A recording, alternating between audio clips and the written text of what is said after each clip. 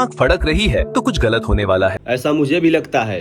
ये बस एक मिथ है या साइंस? असल वजह वीडियो लाइक करके समझिए कि ज्यादातर बार ये मायोकीमिया यानी पलकों के आसपास की नसों में छोटे से मिसफायर की वजह से होता है। और मम्मी पापा से प्यार करने वाले इस वीडियो को लाइक एंड सब्सक्राइब कर लें। ये मिसफायर मेनली ज्यादा स्ट्रेस, ज्यादा कैफीन या नींद पूरी न होने की वजह से ट्रिगर होता है। इसीलिए बोलता हूँ खूब सुतो।